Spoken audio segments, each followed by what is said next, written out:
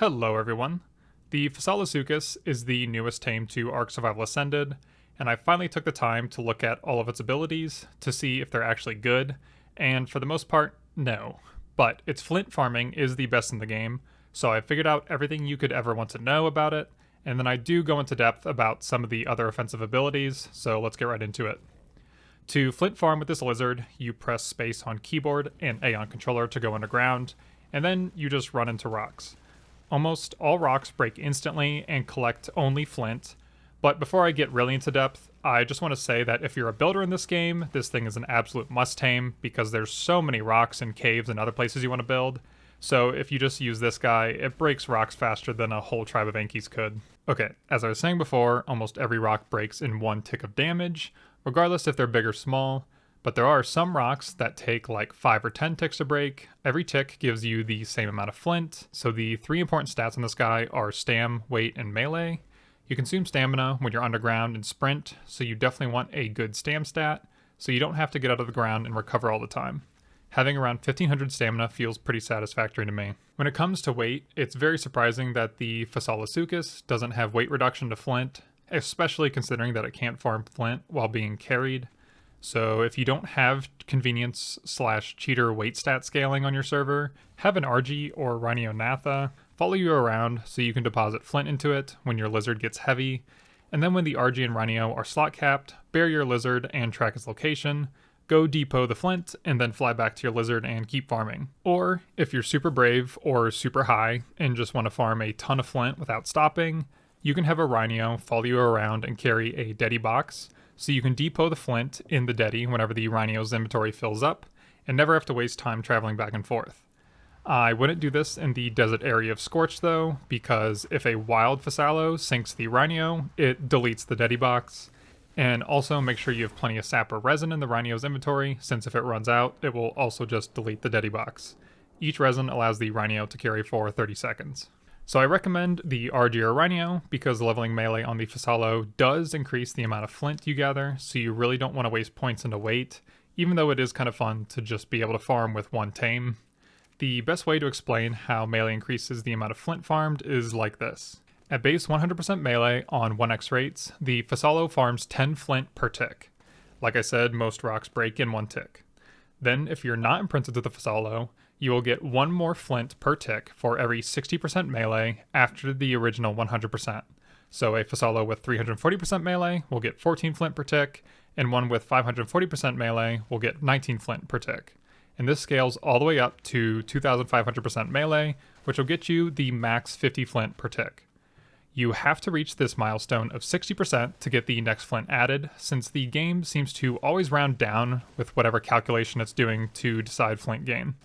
If you're imprinted to the Fasolo, you will get more flint per tick, and here's the equation I came up with to figure out how much flint you will get. So first you take your melee percent and just make it a flat number, and then you multiply your imprint damage, which you can see on your stats page. A max imprint is 30% damage, so you multiply by 1.3, and then subtract by 100, which is the original 100 melee that doesn't really count towards Flint Gain, and then divide that by 60.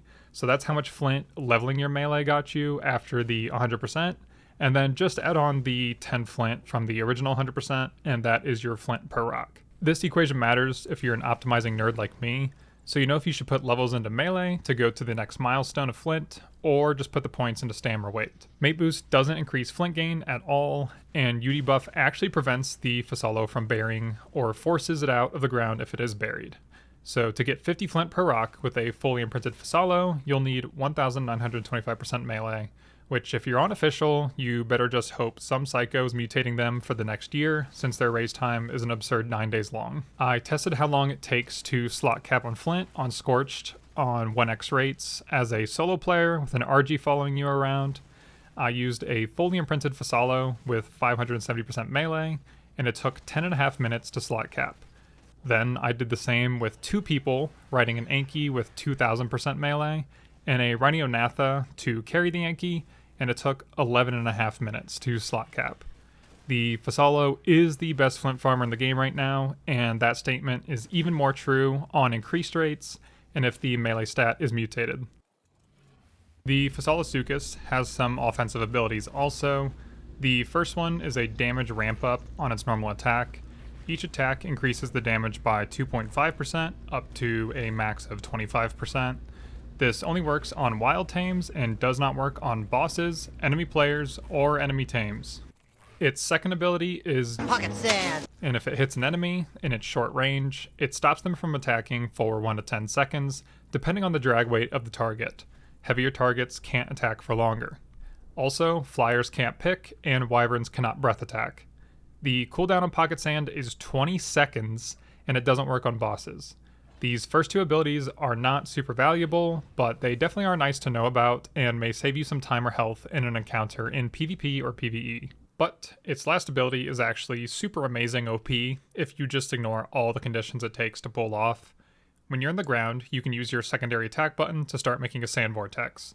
Then, after 5 seconds of building up, you have now created an area of immobilization, where any time an enemy is stupid enough to fly or walk into it, it dismounts the rider and roots them in place for 7 seconds, and prevents the tame from being ridden or moved for 60 seconds, or until the fasolo stops the vortex. Most likely, the fasolo will stop the vortex first, since it costs stamina to keep it running. Also, if you're a Stego rider, you don't get dismounted from your OPS tame for some fucking reason. Although, anytime after the 5-second buildup, the fasolo rider can choose to turn the immobilization vortex into which starts to bury all enemy tames and enemy players into the vortex's small range. The higher the drag weight of the creature, the longer the time it takes to bury, but when they finally reach the bottom, they get hit with Sand Barrier and take a large amount of true damage equal to 1% of their current health. Again here, the larger the tame, the larger the damage, and there's no way to reduce the damage. It seems to hit through all armor and damage reduction sources, such as mate boost and even hardened stego plates. Also, since it does a percentage of current health, you would think it would never kill, but it does. It definitely has a minimum damage, and for some reason it seems inconsistent, so I'm just not going to bore myself with testing something so useless, and give you a hard estimate that the minimum damage it can do is around 5 to 10% of a target's max health. One more little thing is that if you jump off the fasolo anytime after it builds up, it will go straight into sand coffin mode, and if there is something to bury, it will continue to do so on its own, while you're free to run around and attack players and tames being buried. Once everything is done being buried, the fasolo will stop the vortex on its own.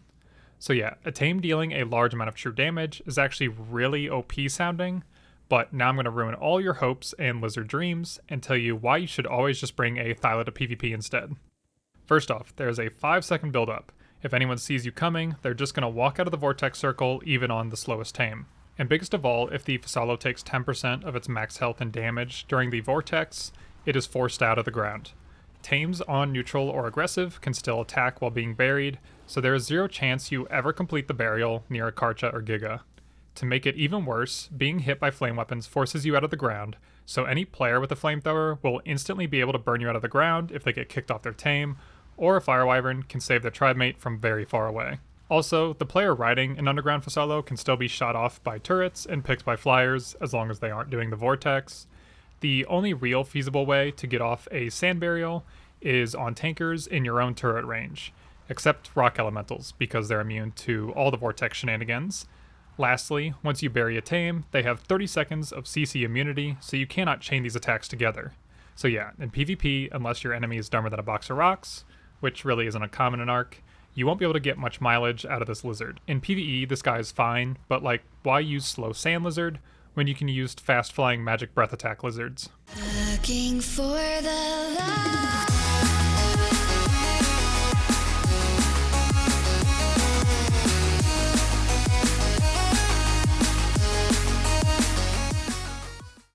You've accomplished what few have. You've ascended.